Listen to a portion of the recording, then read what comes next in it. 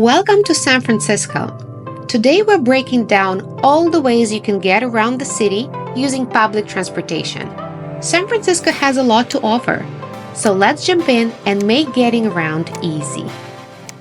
And my name is Olena. I'm with Astronomical Tours, and as a local, I'm happy to share all the tips and tricks you need to know to make the most of your stay here. San Francisco has many ways to get around. Buses, trolleys, metro, iconic cable cars, historic streetcars. We have BART, Caltrain, scenic ferries, and even free city shuttles. So let's talk routes, fees, and insider tips for each one. If you want to skip dealing with cash, I recommend buying a Clipper card. You can load money on it and use it at any San Francisco transit. The card will cost you $3, non-refundable. Here's a tip.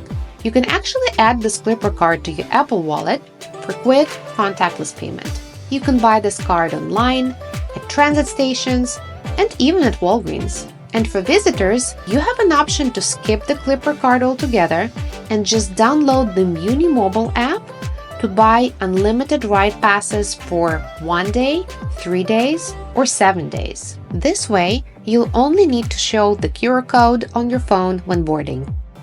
Okay, first things first, let's talk about buses and trolleys. Once you've got your Clipper card or unlimited pass ready, you're good to hop on any bus or trolley.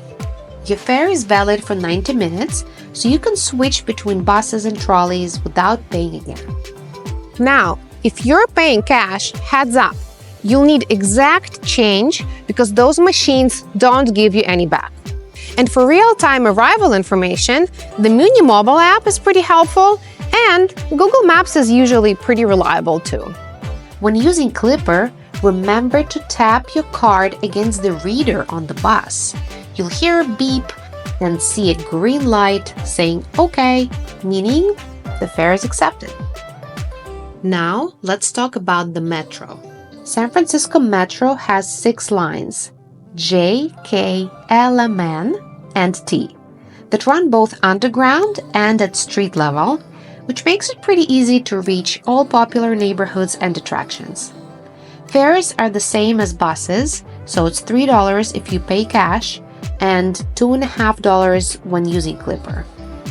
There are maps at each station, and all bus announcements are actually in 4 languages.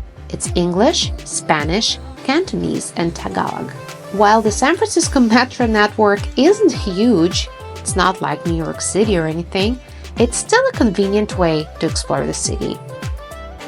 Next one is BART.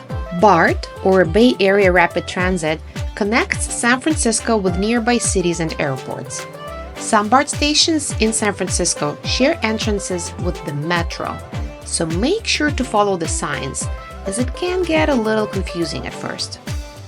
Fares on BART are distance-based, so it's actually more expensive than the Metro if you're getting around San Francisco. But it's a perfect way to reach San Francisco Airport or Oakland Airport. And remember, you cannot pay by cash on BART, so make sure to load that Clipper card. Now I want to tell you about Caltrain. If you're heading south past San Francisco, hop on Caltrain. It's a commuter train that locals use for traveling between San Francisco and Bay Area's tech hubs in the Silicon Valley. Clipper cards are accepted here, making it quite easy to ride. Same as with the BART, the fare depends on your destination.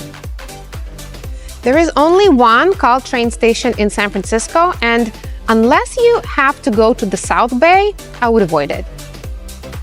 Let's talk about cable cars. San Francisco's iconic cable cars are a must-do. They run on 3 lines, Powell Hyde, Powell Mason, and California Street, and they offer a one-of-a-kind way to navigate the city's famous hills. A single ride is $8, and you can pay with Clipper card, cash, or Muni Pass. I'll link a full video here with all the best tips to make the most of your ride. And if you're visiting, this is definitely one for the bucket list. Another option to get around San Francisco is streetcars.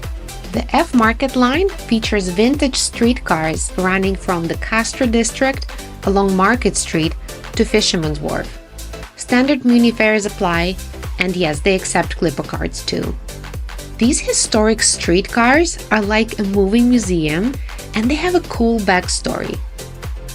So in the 80s, when the city's cable cars were down for repairs, they brought in vintage streetcars from all around the world as a temporary solution, and people of San Francisco loved them.